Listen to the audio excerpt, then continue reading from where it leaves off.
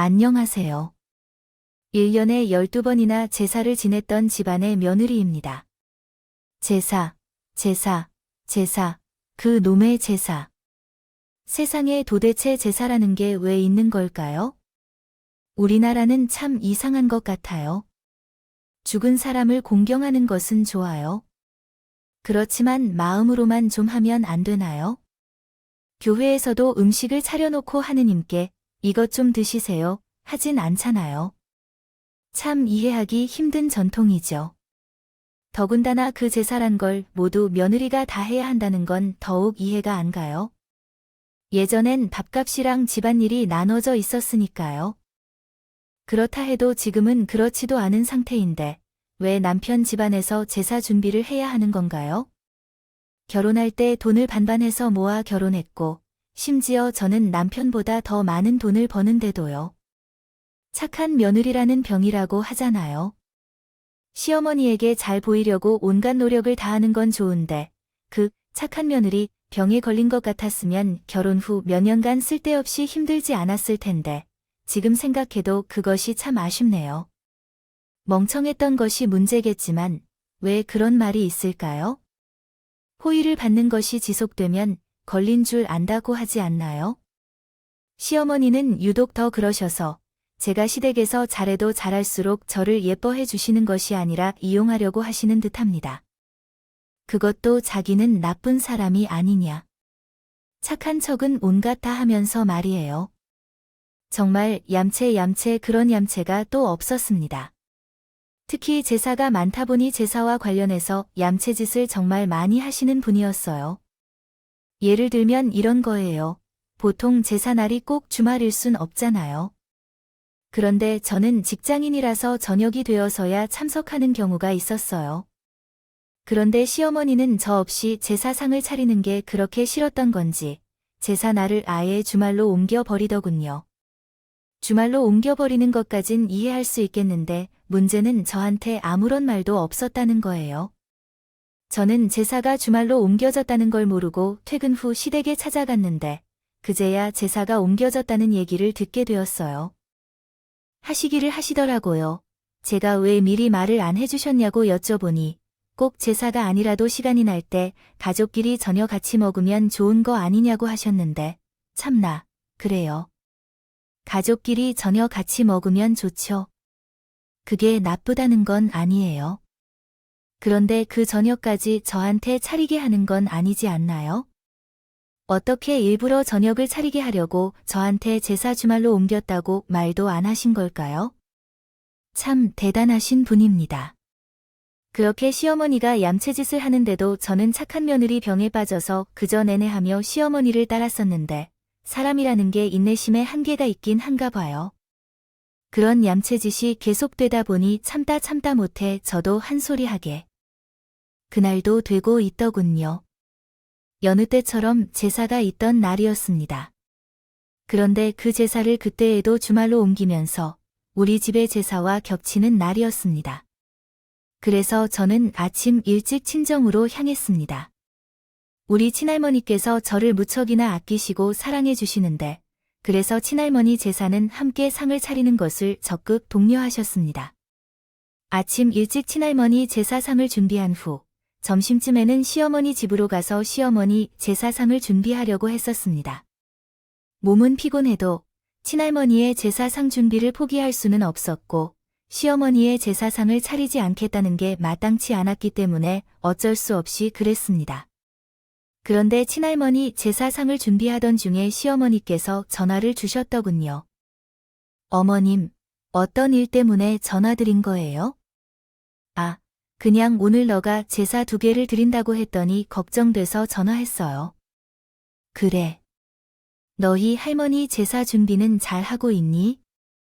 네, 아침 일찍 일어나서 준비하고 있어요. 아마 여기서 점심 먹고 시댁으로 바로 출발하면 될 것 같은데 괜찮으세요? 그래. 그러면 그때쯤 오면 되겠지? 그런데 새아가네. 생각해봤는데 굳이 2번이나 음식을 준비하는 게 맞을까? 어머님, 무슨 말씀이신가요? 아니, 너무 힘들어 할 것 같지 않아? 아침부터 할머니 제사상 차리고 곧바로 시댁으로 가서 또 제사상 차린다는 게 말이 돼? 저는 그러나 그래도 시어머니가 제 걱정을 많이 해주신다고 생각했어요. 그래서 당연히 시댁 제사 준비는 제가 할 테니 천천히 오라고 하실 줄 알았는데 그게 아니었어요. 괜찮아요, 어머님. 힘들어도 할 일은 해야 하죠. 아니, 그럴 필요 없어요. 그냥 말하지 말고 어차피 거기서 제사 음식 준비하는 김에 여기서 할 일까지 같이 해오는 게 어때요? 시어머니께서는 정확히 이렇게 말씀하셨는데 도대체 무슨 말인지 이해가 안 돼요. 그러면 여기서 물어보고 싶은 건 시댁 제사 음식을 가져오라는 의미인가요? 그건 아니에요. 좀 더 음식을 만든 다음 여기까지 싹쓸이로 가져올래라는 말이에요. 왜 이런 말을 하지? 어머니가 하는 말을 이해를 못해서인지, 듣기 싫어서인지 계속해서 말을 해야 하게 만드는구나. 그 말은 요컨대, 거기서 모든 제사 음식을 이리로 가져와서 하라는 말이에요. 알겠어. 같이 하는 게 나을 거야. 새로운 음식을 만들려고 하면 2배로 힘이 들어가니까. 게다가 불필요한 설거지가 늘어나는 거고. 아, 그 단어가 생각나서 이렇게 되는 거야. 거기서 여기 음식까지 같이 해버리면 얼마나 편할까? 어차피 제사 음식도 남을 테니까 싸울 수도 있을 텐데. 평소보다 조금만 더 많이 하면 되는 거 아니야? 나처럼 며느리를 생각해주는 시어머니가 진짜 없어. 어때? 좋은 생각이지? 저를 생각하긴 개뿔. 그냥 시어머니가 음식하기 싫어서 머리를 쓰려고 하시는 게 눈에 확연히 보입니다. 시어머니 말씀대로 하면 시댁 제사 음식을 우리 엄마까지 같이 준비하게 되는 셈인데 그걸 생각하니 순간적으로 감정이 욱해지더군요. 어머니의 왜 그건 좀? 정말 그렇지 않은 것 같아요. 뭐가 그렇게 아닌 것 같다고 말하는 거예요? 어머니, 왜요? 솔직히 말해주세요. 저는 그런 생각을 하게 돼서 말씀드리는 거예요. 제가 하는 말은 어머님이 제게 음식 만들기를 싫어해서 계속해서 저에게 맡기려고 하는 거 아닌가요? 아니요. 저뿐만 아니라 제 엄마까지도 맡기는 거죠. 이건 무슨 소리를 하는 거죠? 그렇지 않나요? 제가 여기서 하나, 거기서 가서 하나, 전 그렇게 편해지는 거 없어요. 그냥 똑같죠. 어차피 일하는 건데 말씀 좋아하는 김에 한다는 거지. 실제로 일이 줄어들지 않는다는 거 어머님도 아시지 않나요? 적당히 해주세요. 어머니, 제 삶의 나날을 일부러 자꾸 주말로 옮기는 것도 제가 있을 때 하려는 핑계 대시면서 옮기고 계시다는 것은 제가 알고 있어요. 그런데도 아무 말도 없이 계속 참여하고 계시지만 오늘 어머님이 하시는 말씀은 좀 너무하다는 생각이 들어요. 얘 좀 봐라, 아니라고 생각했더니도 쟤를 완전히 나쁜 심신으로 만들어 버리시네요. 혼이야 오냐 하셨을 때는 말하는 습관조차 완전히 무례해지고 있네요. 아이고. 그래 알겠어요. 음식해 오지 말고 이따 보자, 고 하니까. 이날 이후 제 착한 며느리 병 덕분에 좋을 수 있었던 시어머니와의 관계는 완전히 무너져 버렸고 그 이후로 시어머니는 쟤를 대하실 때 며느리가 아닌 거의 한 여자와 같이 대하시더군요. 가뜩이나 한 달에 한 번 제사를 지내는 것도 힘들어 죽겠는데 시어머니의 태도마저 저러시니 저는 시댁에 가는 것이 거의 지옥에 가는 기분이었습니다. 하지만 그렇다고 제가 이 핑계에 저 핑계 대면서 제사 참여를 안 하기는 좀 찝찝했어요. 시어머니와의 관계가 그렇게 됐어도 착한 며느리 병에서 완전히 벗어나지는 못하겠더라고요. 그래서 저는 남편에게 아예 제사를 줄여보도록 건의해보는 게 어떠냐고 했습니다. 솔직히 요즘 시대에 누가 온갖 조상대제사를 다 모시냐고요? 제사를 조부모님 것만 그것도 간소하게만 해나가는 게 요즘 추세인데 건의 좀 해보라고 했습니다. 하지만 남편은 시아버지가 제사를 엄청 중요시 여기서는 어쩔 수 없다고 했더군요.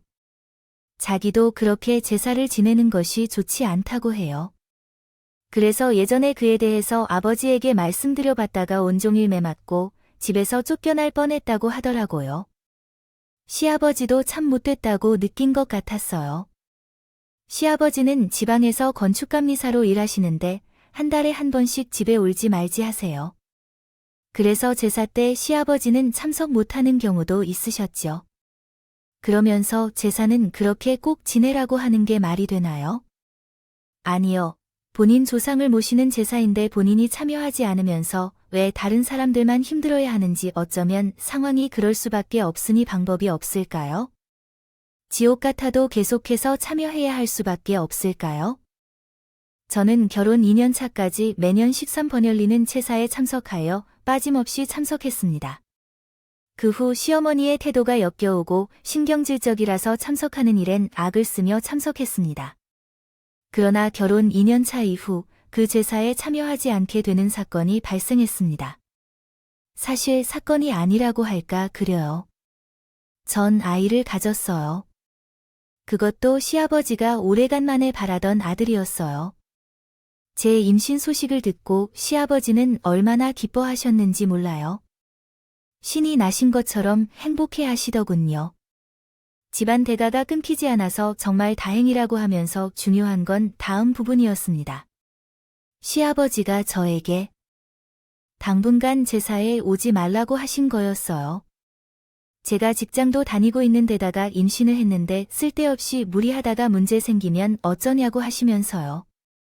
좁은 옷에서만 참석하고 나머지 제사는 빠지라고 하셨죠. 참, 그렇게 중요하다던 제사가 쓸데없이라고 고작 그 정도의 마음이시면서 그때까지 왜 그렇게 제사를 챙기시는 건지 이해가 안 가지만 그래도 전 제사에 참여하지 않아도 된다고 생각하니 저 역시 뛸 듯이 기쁘더군요. 솔직히 말하자면 그 당시엔 아이를 갖었다는 사실보다도 제사에 참여 안 해도 된다는 사실이 더 기뻤을 정도였습니다. 물론 제가 참여하지 않은 것뿐이었지요. 제사를 줄이거나 하는 것은 아니었습니다. 결국 저만 빠지는 것뿐이지만 제사 준비는 제가 결혼하기 이전처럼 시어머니가 혼자서 다 하게 되는 일이었죠. 아, 단정하진 않네요.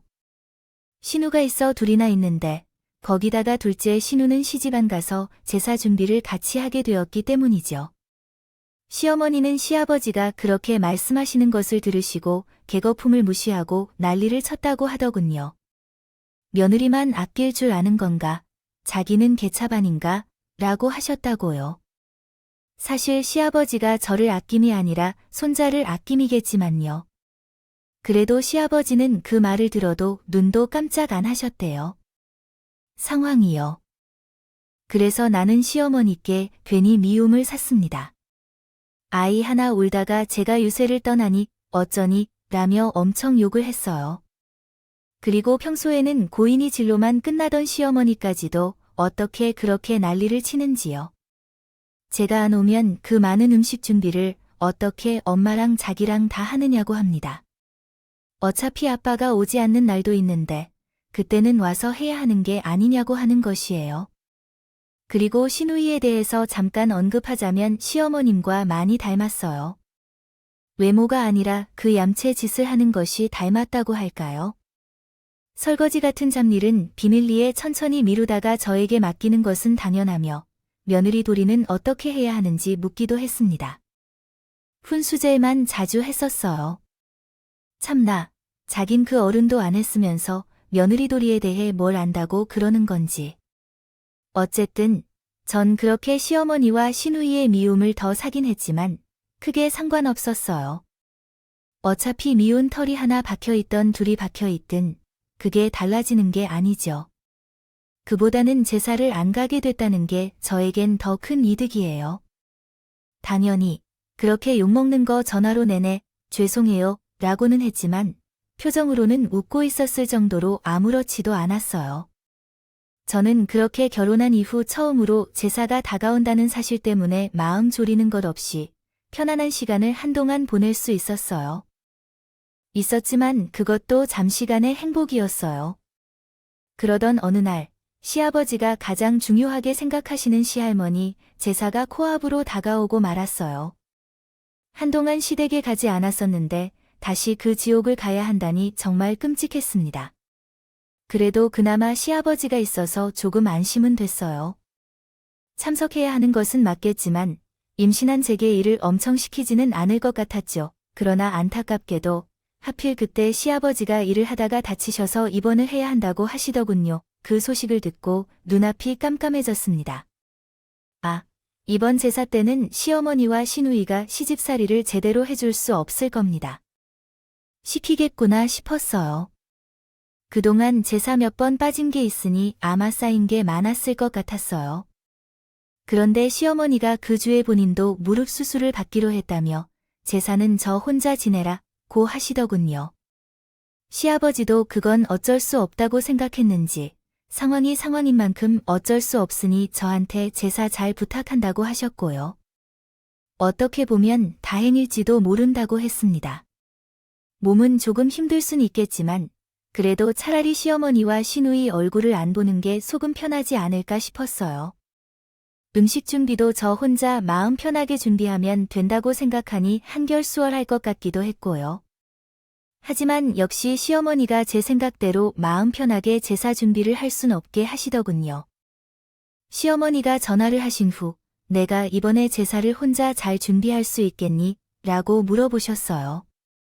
더군다나 내가 많이 해봤잖아 라고 한 것에 어머니, 너무 걱정하지 마세요 라고 했어요. 나는 최근에 그것을 하지 않았어요. 그건 뭔 상관이 있죠? 라고 말을 이었다.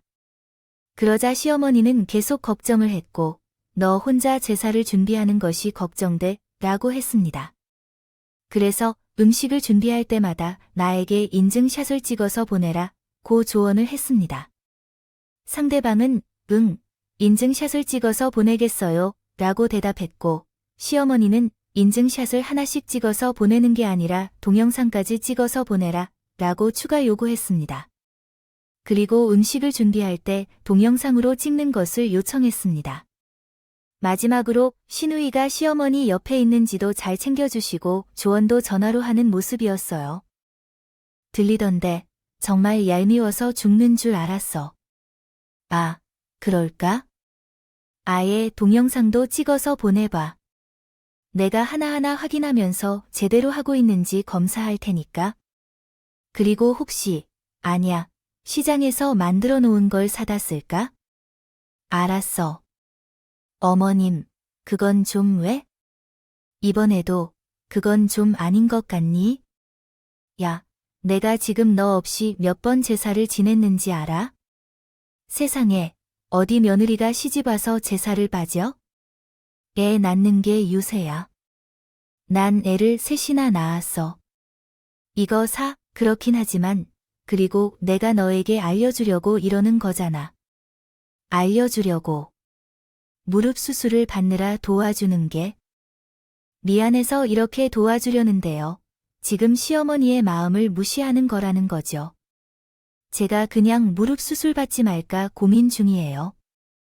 며느리 혼자 제사를 지내는 것이 걱정돼서 수술을 받지 못한다고 의사에게 말할까 고민 중이에요. 아니요. 어머님 말씀대로 할게요. 어머님, 하며 그래라고 이야기했어요. 그래야지 하며 아오, 이제야 좀 말을 듣네 하신 이후에는 제 어머님, 그럼 수술 잘 받으세요. 제사 준비하는 날엔 어머님의 말대로 보내드리겠습니다. 그래, 제대로 해놓겠습니다. 그렇게 하고서 이만 끝내겠다라고 하시면서 늘 어머님 푹 쉬세요. 라고 이야기했어요. 아, 어떻게 하면 제게 조금이라도 괴롭힘을 줄 수 있을까요? 연구를 해야 할까요?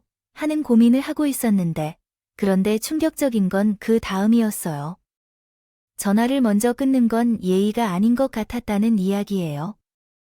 시어머니 쪽에서 전화가 먼저 끊기를 기다리고 있었는데, 전화는 끊기질 않고 시어머니와 시누이의 대화가 들려오더군요. 아휴, 바보 엄마. 이렇게 며느리는 족쳐야 말을 듣는다니까. 그러게 말이야. 아, 진짜 이랬어야 했는데. 역시 며느리는 족쳐야 제맛이야. 다음에 또 전 제가 잘못 들은 걸까 했습니다. 며느리는 족초야 제맛이라니요. 어떻게 이런 무식한 소리를 할 수 있는 건지 정말 기가 막히더군요. 앞에서 말씀드렸던 대로 제가 시어머니께 못했던 것도 아니에요. 며느리 된 도리는 다 해왔습니다. 비록 임신한 이후에는 제사 몇 번 참석하지 못했지만 그 이전까진 바보같이 성실하게 한 번도 빠짐없이 제사 다 했습니다. 참석했고 선물도 빠짐없이 챙겨드렸는데요. 그런 건 어떻게 싹 다 잊으시고 저렇게 말할 정도로 저를 미워하고 괴롭히고 못살게 구는 건지요? 시어머니와 신우들이 너무 미웠어요. 내가 이런 취급까지 받아가면서 제사 준비를 하는 게 맞는 걸까? 지금이라도 당장 이혼을 해야 하지 않을까 싶더군요. 이건 해도 너무 하잖아요. 하지만 이유는 결국 생각에서만 그쳤어요. 당장 뱃속에 아기를 생각하니 아빠 없이 키울 고통을 줄 순 없겠더라고요. 엄마인 제가 고생하는 수밖에. 시간은 흐르고 결국 제삿날은 다가왔어요. 아침부터 시댁에 가서 준비를 하려고 가보니 시어머니와 시누이가 집에서 나오더군요. 시누이는 시어머니의 수술 보호자로 함께 가기로 했어요. 저는 이야기를 최대한 짧게 나누고 싶어서 인사만 서둘러 드리고 집으로 들어갔어요. 다행히 시어머니와 시누이는 아무 말 없이 곧바로 병원으로 향했어요. 그러나 잠시 뒤 시어머니께서 전화를 주시면서 자물쇠를 냈는데 지갑을 놓고 가셨다고 하셨어요. 솔직히 말해서 마음속에서는 창문으로 지갑을 버리고 싶었지만 하지 못할 일이겠죠. 그래서 어쩔 수 없이 지갑을 찾은 뒤 아래로 내려가려고 했죠. 그런데 위쪽층에서 무엇을 하는지 엘리베이터를 계속 막고 있더라고요. 기다리다가 결국 오지 않아서 결국 계단을 통해 내려가야겠다고 생각했어요. 1층에서 내려가는 길에 시어머니와 시누이의 대화 소리가 들렸습니다. 시어머니, 엄마, 여권표 잊지 않고 잘 챙긴 거 맞지? 그럼 가방에 잘 넣어놨으니까 걱정하지 마, 아이. 그런데 좌석은 창가를 예약했지, 시누이. 당연하지. F44야 아오. 빨리 가고 싶다. 엄마는 태국 처음 가는 거지? 엄마는 태국 안 가봤어? 시어머니, 난 한 번 가봤는데 엄청 좋았어. 엄마도 가면 분명 좋아할 거야, 시어머니. 아니, 난 나이 먹어서 그런 거다, 귀찮아. 사실, 그것보다 엄마 면세점이나 빨리 가고 싶다. 야, 왜? 뭐 사려고? 시누이, 해외 나갔는데 면세점에서 당연히 뭐 사야 하는 거 아니니? 아니야, 엄마가 돈이 어디 있는지 사실은 아들이 돈을 주었어. 아들이 내가 무릎 수술을 받아야 한다고 생각해서 그것을 핑계로 아들에게 돈을 요구했지. 와, 엄마, 진짜로 잘했어. 거짓말이지만 그렇게 해서 돈까지 받아냈어. 우리 엄마 천재 아니야? 그러니까 나도 뭘 좀 살게 해줘. 명품 지갑 하나 사줘. 알았어. 기분이 좋아. 지갑 하나 사줄게. 엄마야. 머리가 어딜 봐? 이거 사나?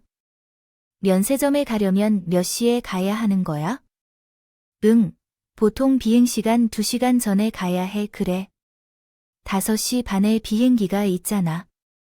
그래서 3시 반까지 공항에 도착하면 돼. 그래. 3시 반에 그럼. 점심을 맛있게 먹고 공항으로 가면 적당하겠다. 그 대화를 듣자마자 상황을 바로 파악했어요. 아, 무릎 수술을 받는다고 거짓말을 치고 태국 여행을 가려는 거구나 하고요. 아니, 그렇게까지 해야 할까 싶었어요. 한편으로는 그런 생각을 해내다니 참 대단하다 싶기도 했죠. 저 정도면 뼛속까지 태생적으로 얌체인지 아닐까 싶었어요. 얄미워도 그렇게 얄미울 수가 없었어요. 저는 저 둘을 어떻게든 엿을 먹이고 싶었어요. 솔직히 태국 여행을 알 바는 아니에요. 그런데 본인들은 제사를 빠지고 태국을 가는 도중에 저를 어떻게든 괴롭힐 생각으로 인증샷까지 보내라고 했던 게 너무해요. 얄밉더라도 남편까지 돈을 훔쳐갔다면 이건 그냥 그대로 지나칠 수 없다고 생각했어요. 그러나 갑자기 번쩍하는 좋은 생각이 떠올랐어요. 제가 곧장 핸드폰을 찾아서 태국행 비행기표를 예매했습니다. 5시 반 출발하는 태국행 비행기가 있었어요. 그 시간에 맞는 항공사 비행기가 딱 한 대 있었거든요. 해외여행을 자주 가지 않아서 여유가 남아 있었어요. 그리고 아까 신우에게 말했던 좌석에 바로 옆자리를 예약했습니다. 그 후 시어머니께 직업을 드리러 내려갔어요. 계속 아이가 왜 꼭 기대고 있는지 꼭 가져다 주라 했는데 그 말을 이제야 생각해봤어요. 내려와. 죄송해요, 어머님. 엘리베이터를 누가 잡고 있는 건지 몰라서 쓰고 있어서 걸어서 내려오다 보니 좀 늦었네요. 아무튼 내가 하는 거 보면 영 마음에 안 든다니까 제사 준비를 잘해. 인증샷 제대로 찍어서 보내고 똑바로 안 하면 너 제사날 될 줄 알아네, 형님. 걱정 마세요. 제대로 해서 아버님께까지 보내드릴 테니까 저는 코웃음을 치면서 그렇게 말한 뒤 웃으면서 배웅까지 해드렸습니다. 시어머니와 시누이는 갑자기 생글생글 웃으며 배웅하는 소리를 이상하게 쳐다보긴 했지만 이따 복수할 생각하니 얼굴에서 웃음이 떠나질 않더라고요. 저는 그 모든 것을 사진으로 찍었습니다. 면세점을 찍는 척하면서 그들의 모습을 전부 카메라에 담았어요. 그 사진들을 아버지께 보낼 생각이라서였죠. 그리고 마침내 비행기 탑승 시간이 다가오자 일부러 탑승을 늦춘 후 좌석 쪽으로 가보니 시어머니와 시누이가 이미 앉아 있었거든요. 전 밝게 인사를 했어요. 안녕하세요. 모녀 두 분이 여행 가시는 건가요? 그러자 시어머니와 시누이도 웃으며 인사를 받아주었죠. 그때까지는 저를 알아보지 못한 것 같았죠. 아, 그 혼자 여행 가시는 건가요? 임산부인 것 같은데 태교 여행 같은 건가요? 요즘엔 그런 것이 많다고 하더라고요. 그제야 모자와 선글라스를 벗고 살짝 마스크를 내려주면서 한마디 했습니다. 그러게요, 어머니. 태국 여행은 제가 태교 여행으로 가야 하는 건데 어머님이 갖고 계시네요. 요즘 세상이 참 많이 좋아졌나 봐요. 무릎 수술도 받자마자 바로 여행도 갈 수 있고, 그렇죠. 시어머니와 시누이는 그제야 눈이 동그래지면서 기겁을 하고 곧 내가 왜 여기 있냐며 난리를 치기 시작했습니다. 내가 왜 여기 있고 어떻게 여기 있어? 너 뭐야? 어떻게는 비행기 표를 사서 조금 전에 탑승해서 여기 있죠. 뭐, 지금 말장난해? 최선은 어떻게? 하니 그것보다 우리가 여기 있는 게 어떻게 된 거야? 글쎄요, 그것은 어떻게 알았을까요? 그런데 중요한 건 어떻게 하는 게 아니지 않아요. 제가 그걸 알고 여기에 있다는 게 중요하죠. 아, 아까 쇼핑도 신나게 잘 하셨더라고요. 여기 제 폰에 사진도 다 찍어놨는데 한번 보실래요? 뭐? 사진이요? 이거 시아버지한테 보내드릴 건데 태국에서 와이파이는 잘 터지려나? 아이, 미친년이, 지금 당장 지워. 핸드폰 내놔. 아, 언니는 오라고. 시어머니와 시누이는 제 핸드폰을 뺏으려 난리를 치는데 마침 비행기가 이륙한다는 안내방송과 함께 승무원들이 나와 점검을 하더군요. 당연히 난리를 치고 있는 시어머니와 자매는 경고를 받았고 승무원들에게 더 이상 난동을 부리면 조치를 취할 것이라는 말까지 들은 후에야 얌전해졌습니다. 태국에 도착한 후 빠르게 자리를 떠나 두 모녀로부터 도망쳤어요. 핸드폰을 켜보니 마침 시아버지로부터 재산 관리가 잘 되고 있는지 물어오는 연락이 들어왔습니다. 저는 그에게 대답으로 시어머니와 시누이가 면세점에서 쇼핑하고 있다는 사진을 보내주었어요. 그리고 나는 현재 시어머니와 시누이가 태국에 있음을 말하고 공항 한쪽에 숨어 시어머니와 시누이가 나오기를 기다렸습니다. 시어머니가 나오자마자 핸드폰을 켜고 화면을 쳐다보시더니요. 망연자실에 계시셨군요. 그런 다음 어디론가 전화를 하셨는데 안 좋은 표정을 지으시며 아무 말도 하지 않고 듣기만 하셨어요. 전화를 끊은 뒤 시누이가 시어머니께 통화 내용을 말하라고 재촉했습니다. 엄마, 아이고, 뭐야, 아빠야. 뭘 하고 있어? 사진을 봤대. 왜, 어떻게 된 거지?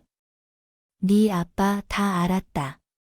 지금 바로 한국으로 다시 돌아오라고 하여 얘기하자고. 뭐, 아니, 어떻게 지금 다시 돌아가? 이미 태국에 왔는데. 그럼 어떻게 이걸 살 거지?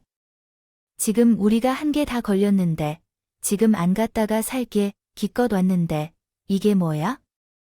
숙소와 그런 것들은 모두 예약되어 있지만, 지금 문제는 바로 돌아갈 비행기 표를 구해야 한다는 것입니다.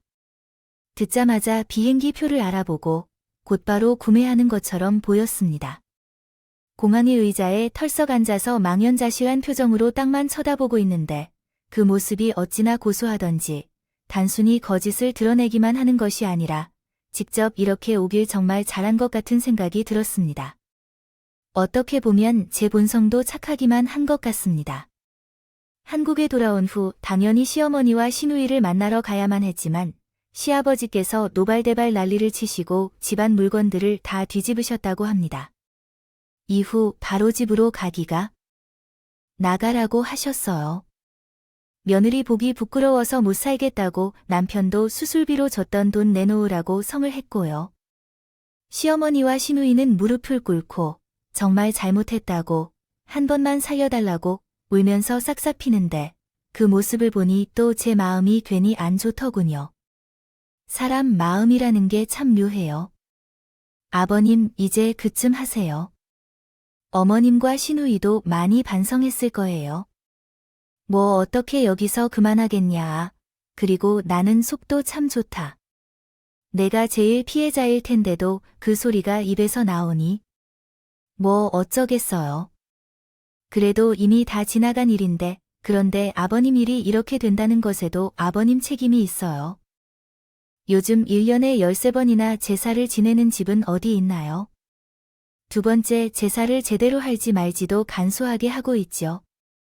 그건 요즘 애들이 돌아버린 것이지만 그래도 우리가 조상님들의 덕으로 잘 살고 있는 것은 제사를 지내는데 의미가 있는 것이죠.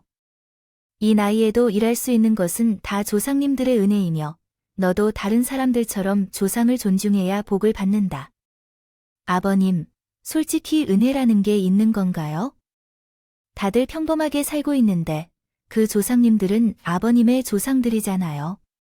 그래서 아버님이 챙겨주셔야 하지 않나요? 조상님들은 어머님이나 좋아하시는 만큼. 피 한 밥을 안 섞은 남인데 저희가 차리는 음식보다는 아버님이 차리시는 음식을 더 먹고 싶을 거 아니에요. 아니, 음식 준비에 대해서는 그렇다 치더라도 그런데 아버님께서는 제사 때 아예 오지 못하는 경우가 많잖아요. 음식이 준비되어 있어도 조상님들께서는 보고 싶어 하시는 아버님이 계시지 않을 때 그것이 의미가 있을까요? 아이, 그건 조상님들께서 음식이 없더라도 차라리 아버님이 계신 곳에서 절을 올리실 것 같아요. 제 후손들의 얼굴을 보고 싶을 테니까요.